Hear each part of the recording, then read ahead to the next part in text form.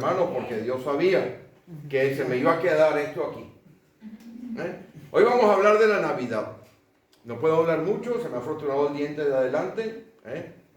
Así que me mantendré alejado, no me puedo reír tampoco, comer si puedo.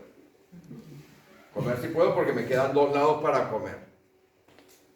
¿Ya lo tiene usted, mi hermano? Sí, ya está. Bien, bien. Hay una cosa que es cierta. Para los pastores hay 2 fechas en el año que son terriblemente complicadas para producir un mensaje. La fecha de la Navidad es una y Semana Santa es otra.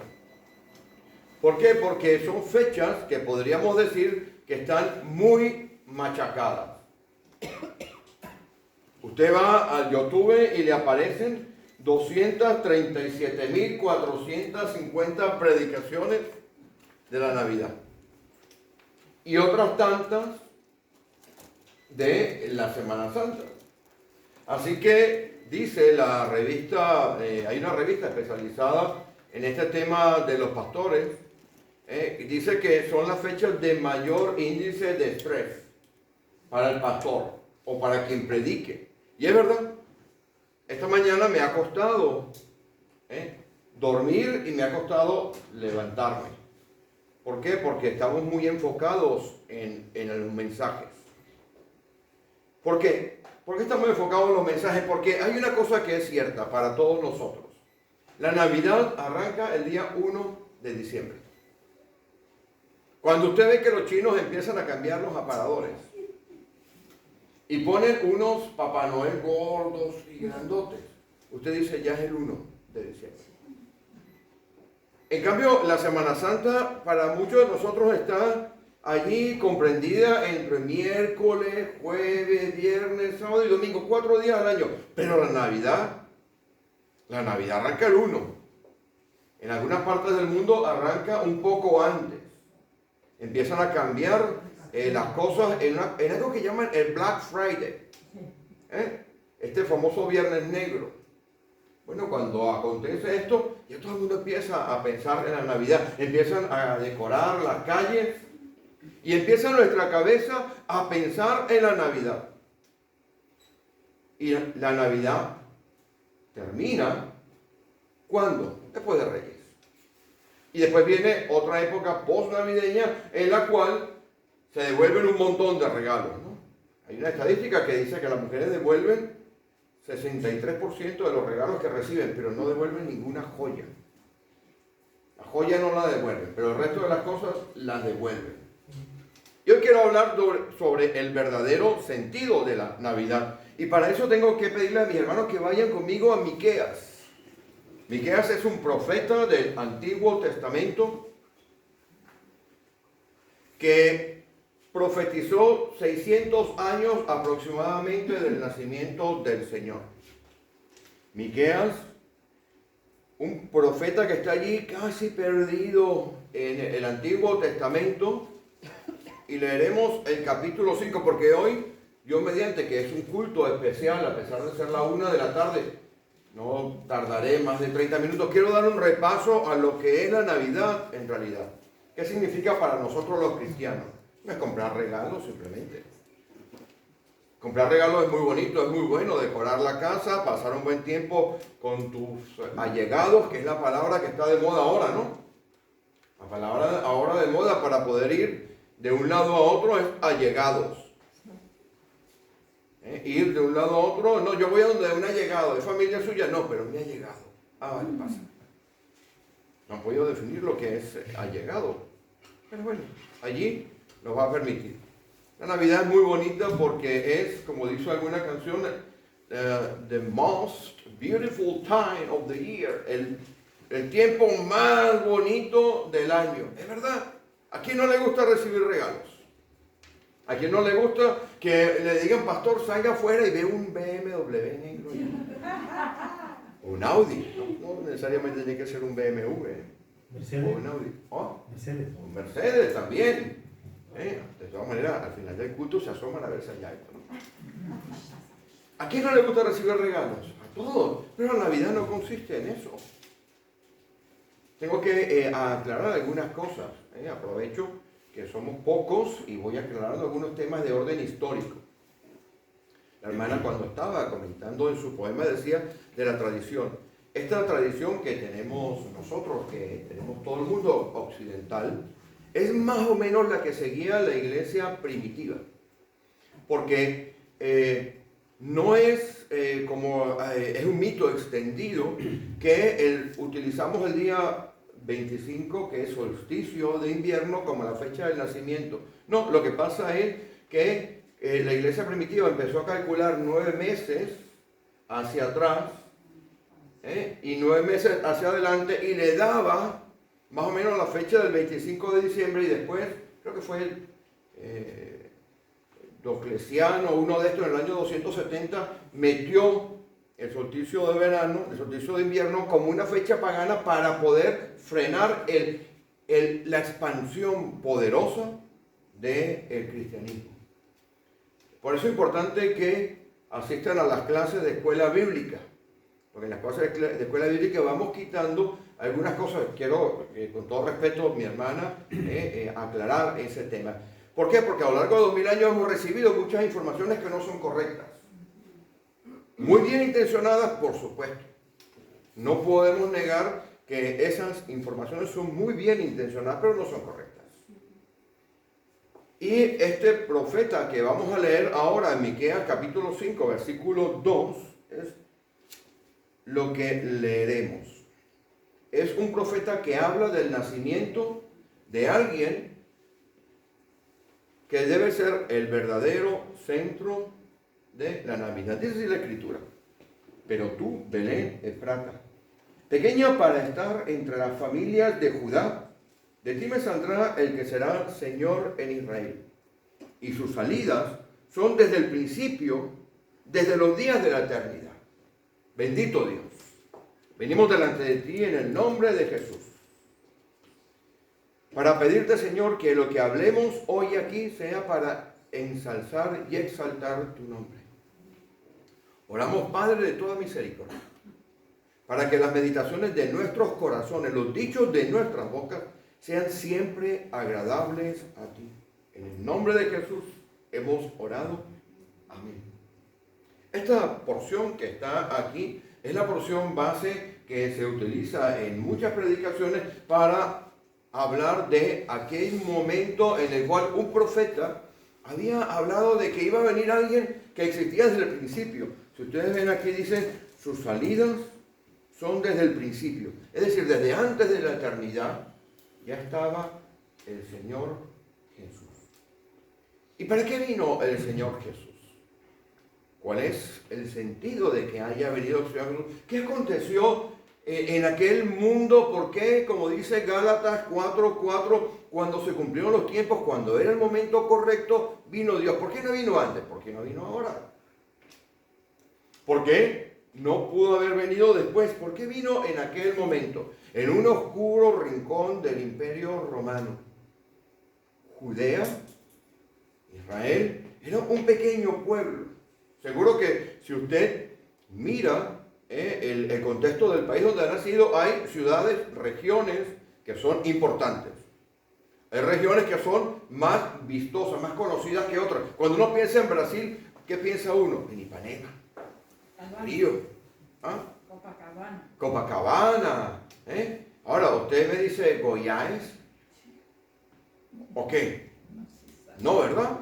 Si usted piensa en España, está fuera de aquí y piensa en España, ¿qué piensa? Madrid, Barcelona, Valencia. Pero hay otra, lo que se llama la España rural, ¿verdad? Nadie piensa en eso. Bueno, pues el reino de Israel, la porción de Israel, el área de Israel y específicamente este pequeño pueblo era un lugar perdido. Un lugar que nadie tenía presente. Una pequeña aldea. Era una región absolutamente ignorada. Rural, pobre, aislada. Y allí escoge el Señor Dios que vaya a nacer el Salvador de la humanidad. Pero ¿por qué en aquel lugar y por qué en aquella fecha? Mire, hay muchas teologías que nos pueden explicar esto. Pero lo que sí podemos decir con absoluta certeza en esta mañana de hoy con mis hermanos es que Dios tenía un plan y un propósito con un grupo de personas que vivían en esa región y que estaban absolutamente comprometidas. La Navidad no empieza con esta profecía, la Navidad empieza mucho más antes. La Navidad empieza con un matrimonio disfuncional de un hombre muy anciano que a los 75 años de edad empieza a tener su primer hijo con la que no era su esposa. Génesis capítulo 12. La Navidad arranca con una promesa que Dios le dio a ese anciano cuyo cuerpo estaba ya como muerto. ¿Saben de quién hablo? De Abraham. De Abraham. Y le dijo, en ti serán benditas todas las naciones de la tierra. Una promesa que era asombrosa porque en aquella fecha nadie se bendecía. En aquella fecha usted mataba por un pozo de agua. En aquella fecha usted peleaba por las ovejas, peleaba por el sustento.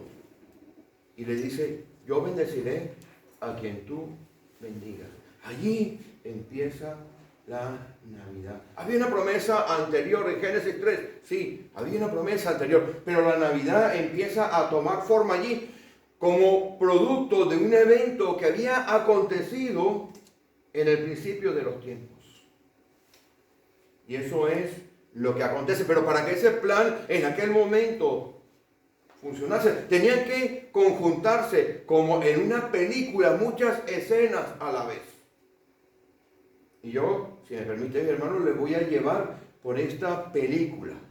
Estaremos viendo el escenario terrenal y a la misma vez que intentaremos mostrar el escenario de lo que estaba aconteciendo en el área espiritual. Y para eso tienen que venir conmigo a Filipenses capítulo 1.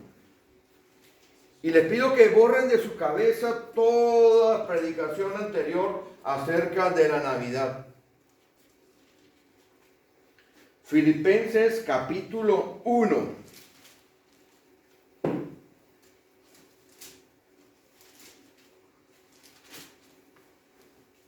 Perdón, Filipenses capítulo 2. Filipenses capítulo 2. Versículo 6.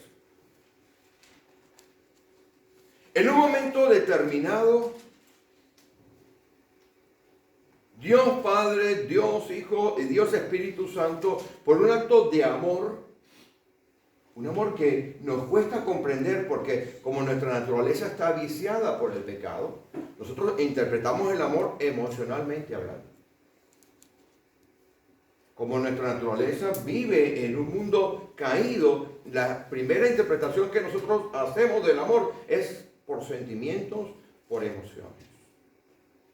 Porque nos cuesta entender el amor ágape de Dios, el amor que es sin medida en todos los aspectos. Porque solamente lo podemos entender cuando Dios empieza a trabajar en nuestra vida y coloca en nuestro espíritu su Santo Espíritu. Ya hemos explicado más que una oportunidad, pero volvemos a explicar en este momento que el amor de Dios que viene a través del Espíritu Santo en nuestra vida se coloca en nuestro espíritu. Los otros amores, el eros, el fileo, el estorgue, están colocados en la parte de nuestra personalidad que corresponde a la psique y se expresan a través de nuestro cuerpo, alma y espíritu, esos somos. Y a medida que vamos creciendo en nuestro tiempo en el cristianismo, la cara de Jesucristo, como dice Corintios, va reflejando lo que Dios es.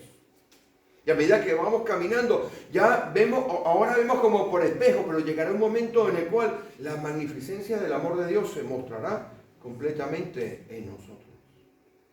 Y allá en la eternidad, no sabemos cuándo, porque escapa a nuestro criterio, Dios Padre, Dios Hijo, Dios Espíritu Santo decidieron con un acto de amor crear a lo que nosotros somos. Llevamos la imagen de Dios, imago Dei. Pertenecemos por un acto de amor a una imagen que Dios nos dio. Por eso es que usted no tiene que adorar estatuas. Porque la imagen de Dios somos nosotros. No tiene que adorar nada. Nosotros tenemos que adorar única y exclusivamente a Dios en espíritu y en verdad. Y crea al hombre.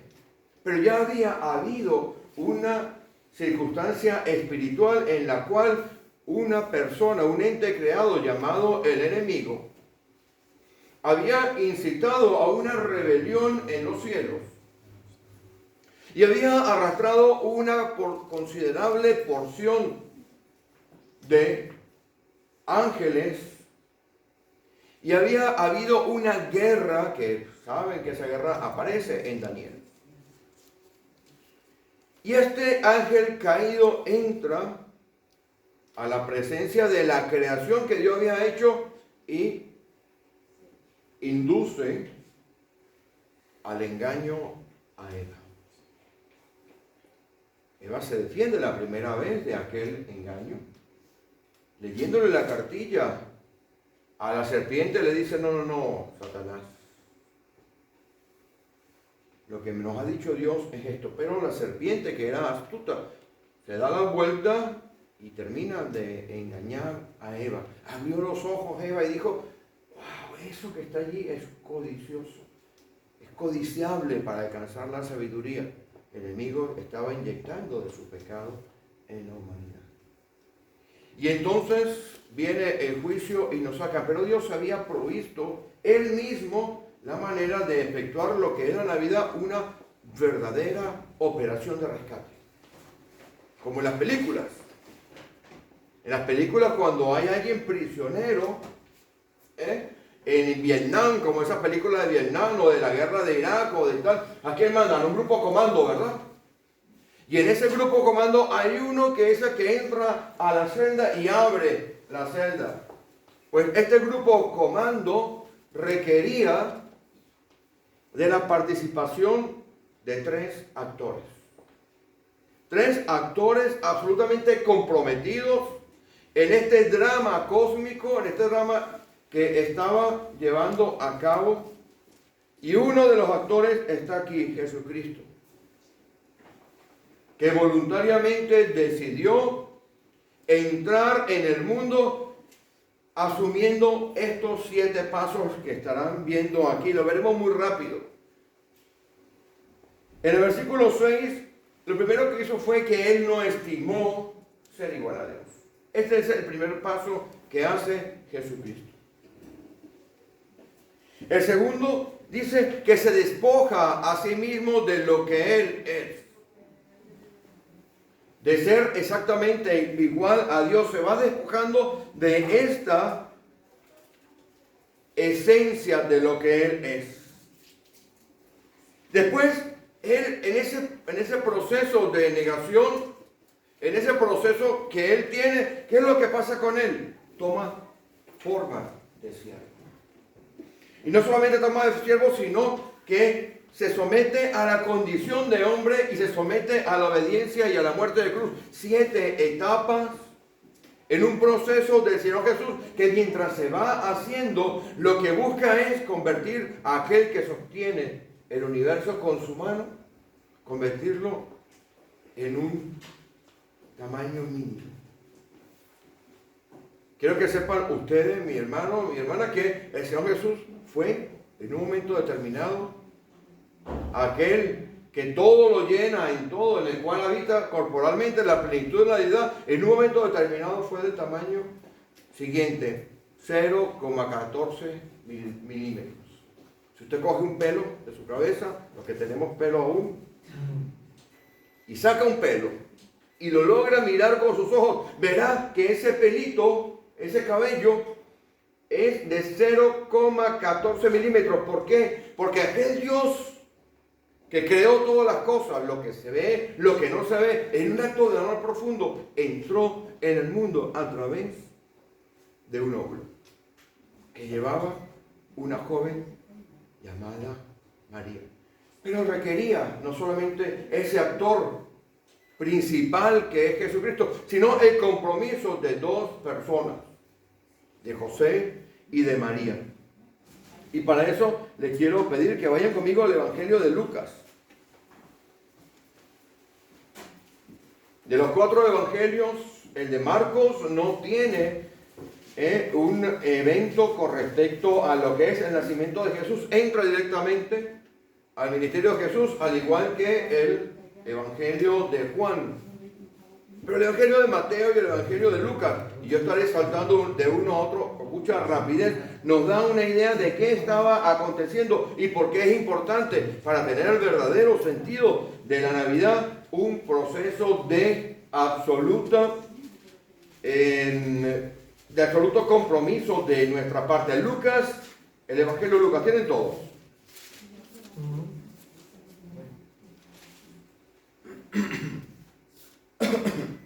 Vamos al capítulo 2.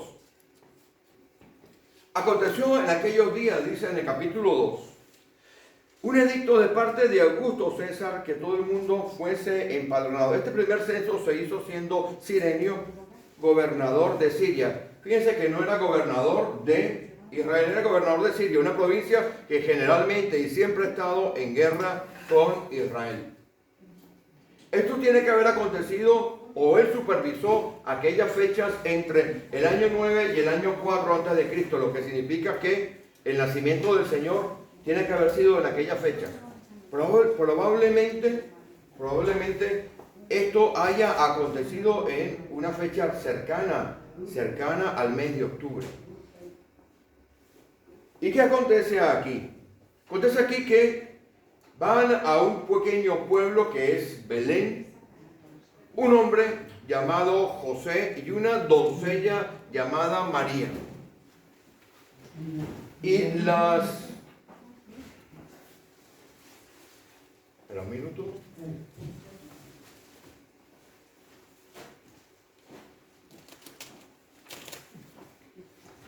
Y las actuaciones de lo que está aconteciendo en ese momento histórico son las siguientes. Se las voy a contar para que no vayamos por la escritura. José era un pequeño empresario de unos 25 años de edad. Vivía en un pueblo de alrededor de 3.000 habitantes, en la ciudad de Nazaret.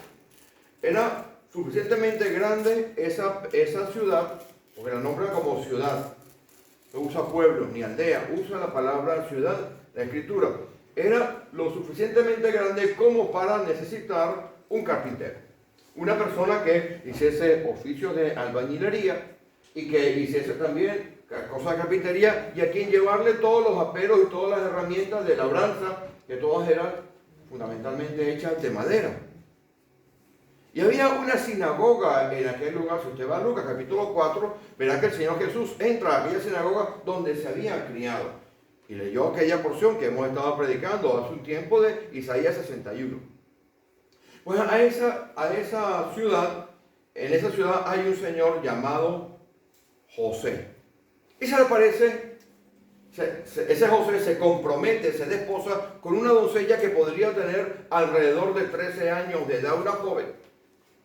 Esta joven se llama María. Y se le aparece un ángel a María. Todos saben la historia, ¿verdad? Se le aparece un ángel a María y le dice que ella va a ser la depositaria del resultado de esos 7 pasos de Jesús, Dios, bajando de su nivel poco a poco hasta que se va a encarnar en un ser humano, en un hombre, en un óvulo. En un óvulo. Ella dice, ¿cómo va a ser esto si no conozco varón? Y le dice, el Espíritu Santo te cubrirá con su sombra. Y este niño que nacerá será llamado Hijo del Altísimo, porque el poder de Dios vendrá sobre ti. Y ella dice, entra en el compromiso y dice, hágase conmigo lo que Dios quiera. Yo soy la sierva, la esclava del Señor.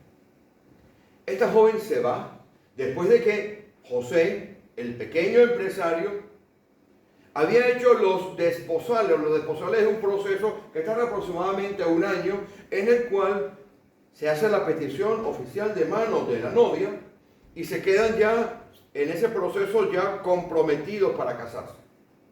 Y en el año, el esposo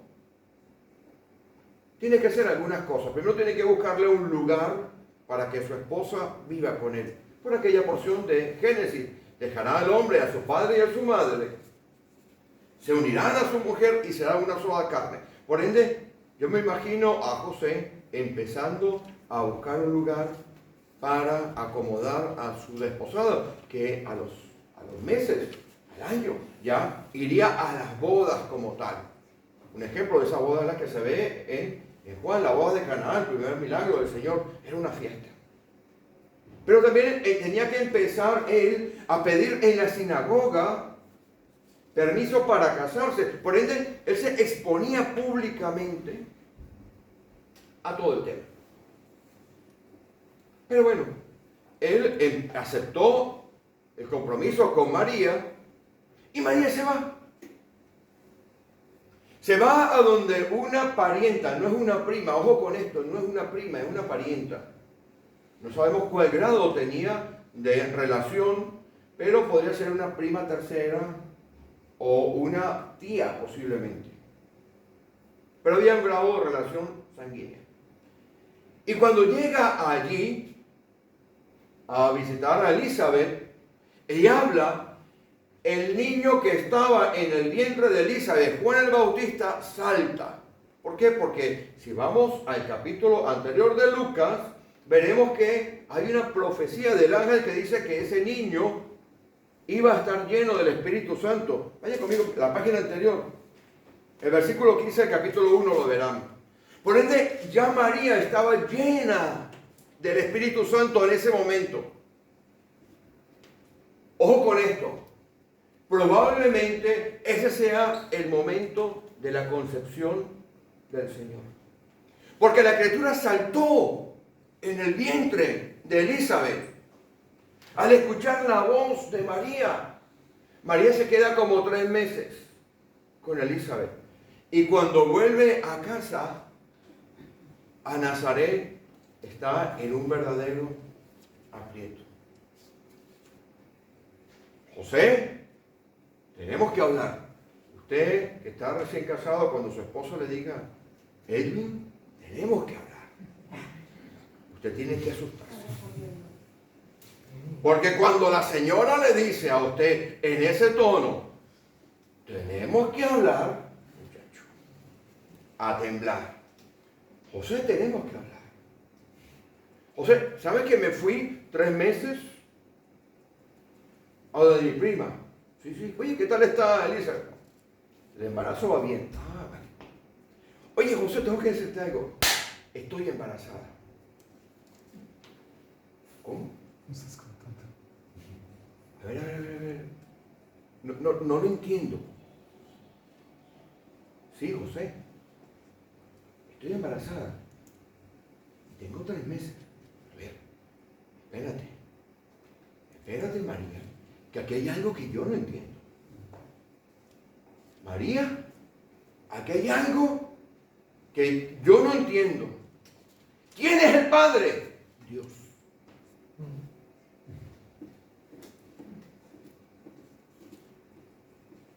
¿Cómo? Dios. ¿Usted se imagina por un momento lo que pasaría por la cabeza de José? Pero como era un hombre justo, iba a la sinagoga, cumplía, quiso dejarla secretamente para no exponerla.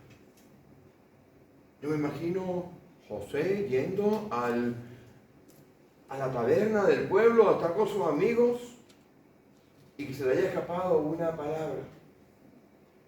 Porque lo veían triste, lo veían roto, lo veían con problemas. José, ¿qué te pasa? No sé qué hacer. ¿Te acuerdas de mi novia? Sí, María. Sí. Yo estuve el día que fuiste a hacer la petición de mano, que estaban allí los padres de ella y tus padres. ¿Qué? ¿Cómo? José, ¿qué has hecho? Yo no le he tocado. Se fue. Y volvió a los 3 meses. Y me dijo que estaba embarazada. José, abre los ojos, hijo mío. José. José se va de aquella reunión con sus amigos. Y esa noche José estuvo probablemente en el momento más difícil de su vida, tenía que tomar la decisión de dejarla. Pero significaba para él salir o enviarla a ella afuera, porque si la dejan, ¿saben lo que pasaría con ella? La perdería. Pero Dios, que tiene un plan preparado para todas las cosas, no se olvide eso, para nosotros y para todo esto, manda a un ángel y le dice: José, no temas recibir a María, porque lo de ella concebido es del Espíritu Santo. Viene el sueño. Pero José, tengo que decirte algo más, le dice el ángel. Ese niño le vas a poner el nombre Jesús. En realidad, como Jesús es la parte latinizada de un nombre que es Yeshua, Josué, Jehová salva. Y le vas a poner ese nombre José, porque él salvará a Israel de sus pecados. Yo me imagino a José, que conocía la historia de Josué, el líder militar que llevó al pueblo de Israel, luego de que murió Moisés, lo llevó a conquistar la tierra prometida. Empezó a pensar: le voy a poner a este niño el nombre del libertador, el nombre de que conquistador, de jefe militar más importante que ha habido antes de David, muy superior a Saúl. Pero hay algo, Ángel, que no entiendo. Ese jefe militar vino y conquistó la tierra, pero tú me estás diciendo que este joven va a hacer algo diferente, va a libertarnos de los pecados. Pero no hay un ritual ya en la sinagoga, no hay un ritual en Jerusalén para libertarnos de los pecados. Pero José era un hombre comprometido con Dios. Y María, que era una mujer comprometida con Dios, decidieron asumir la tarea por delante. Y me imagino a José en una situación de dificultad emocional. ¿Cómo salgo yo de este problema? Y vino, bendito sea Dios, capítulo 2 de Lucas. Un edicto. Me voy a ir desde aquí, desde donde estoy, desde Nazaret, donde está toda la comidilla del pueblo hablando, donde ya van a venir a apedrear a esta. Dios me ha dado la salida. Y empezó un trayecto de 130 kilómetros. Una mujer a término. Las que han sido madres sabrán que cuando tienen la tripita así de este color, hacen así. Porque ya no pueden por el peso. Se le hinchan los tobillos. No pueden respirar, le dan acidez. Pasa mal. Esta mujer, esta doncella de 13 años, 130 kilómetros, a ratos en el borrico, a ratos andando.